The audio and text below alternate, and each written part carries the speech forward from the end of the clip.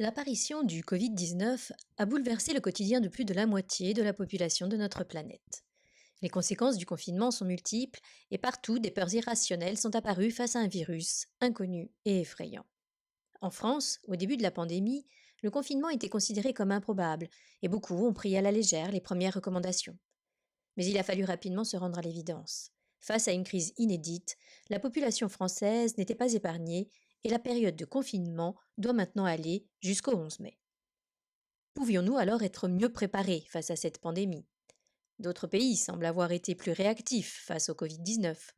Comment prévoir ce qui paraissait impossible quelques mois auparavant? Cette crise inédite a déclenché un ensemble de comportements aussi inhabituels que surprenants. Pour nous aider à mieux comprendre ces réactions collectives face aux émotions et aux peurs, à mieux cerner les enjeux de cette période surprenante, Frédéric Keck, directeur du laboratoire d'anthropologie sociale, répond à nos questions. Bonjour Frédéric Keck. Bonjour.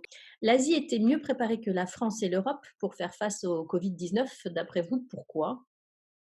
Alors, l'Asie a vécu la crise du SRAS en 2003 et donc c'était un virus qui venait des chauves-souris, qui causait une maladie respiratoire qui, tuait à peu près 10 des personnes qui étaient infectées. Donc il y a eu 8 000 patients, touchés par ce virus et il s'est répandu dans toute l'Asie à partir de Canton et Hong Kong et à Toronto, ce qui fait que le Canada était particulièrement, mobilisé.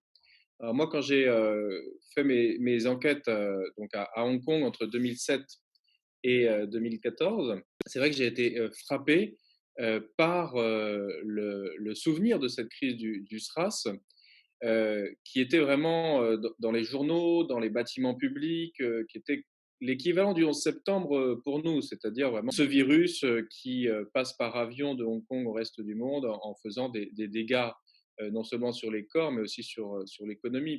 Donc elle s'est arrêtée pendant 2 3 mois, mais si la crise du SRAS avait duré plus longtemps, eh bien Hong Kong aurait vraiment été en banqueroute, en faillite.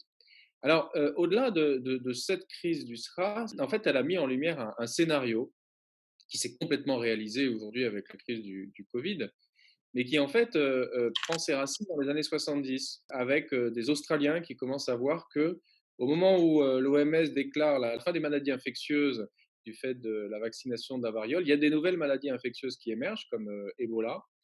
Et le récit que construisent ces biologistes australiens, c'est que il y aura des nouvelles maladies qui vont émerger. Alors, on le sait, des singes d'Afrique avec le sida, mais aussi de Chine. Et donc, ce scénario d'un virus qui vient de la Chine, dont on sait qu'elle prend une place de plus en plus importante dans la mondialisation, du fait de la délocalisation des chaînes de production pour baisser les coûts, eh bien, ce scénario se construit progressivement, il devient de plus en plus crédible et aujourd'hui, il se réalise. Et donc, les sociétés asiatiques qui ont eu à gérer la réalisation de ce scénario en 2003 ont effectivement presque 20 ans d'avance sur nous, puisque maintenant, ce scénario n'est plus seulement asiatique, mais il est mondial. Avec votre regard d'anthropologue, qu'est-ce que cette période révèle sur nos peurs et le fonctionnement de notre société? Alors, les épidémies révèlent toujours des phénomènes archaïques hein, dans les relations sociales.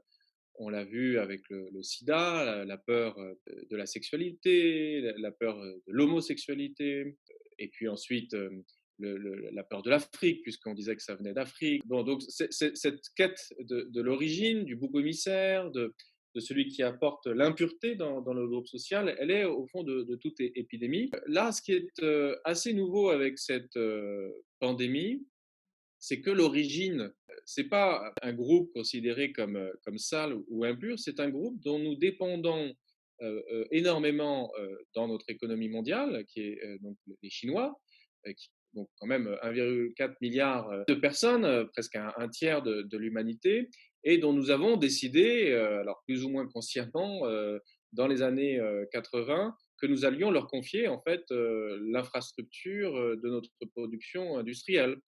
Et donc, en fait, cette épidémie révèle les conséquences de ce choix qui a été fait au niveau mondial, qu'au lieu de diminuer finalement notre consommation de produits industriels, comme un certain nombre d'alertes écologiques auraient dû nous y inciter dans les années 70, eh bien, nous avons simplement diminué les coûts de la production industrielle, nous avons favorisé les produits financiers qui permettent de masquer justement les effets de ces coûts écologiques. Et nous avons maintenant la contrepartie sanitaire de cette décision qui a été prise dans les années 80. Alors, si la sortie de crise n'est pas encore à l'ordre du jour, est-ce qu'on peut s'attendre à des transformations profondes pour l'après-Covid-19? Alors, il y a plusieurs scénarios, hein, pour la sortie de crise. Bon, il y a un scénario pessimiste qui est que l'épidémie s'installant dans les pays du Sud, donc en Afrique du Sud, en Australie, au Brésil, elle continue à circuler pendant l'été et elle nous revient à l'automne. Et on doit gérer cette pandémie pendant 1 an et demi jusqu'à ce que les vaccins soient diffusés à grands coups d'achat aux industries pharmaceutiques. Et ça renforce les États autoritaires, hein. Ça, c'est vraiment le scénario le pire. Le scénario le plus optimiste, c'est qu'effectivement, ce virus diminue pendant l'été, que les mesures de déconfinement se passent bien et qu'on ait donc l'occasion de réfléchir sur ce qui s'est passé.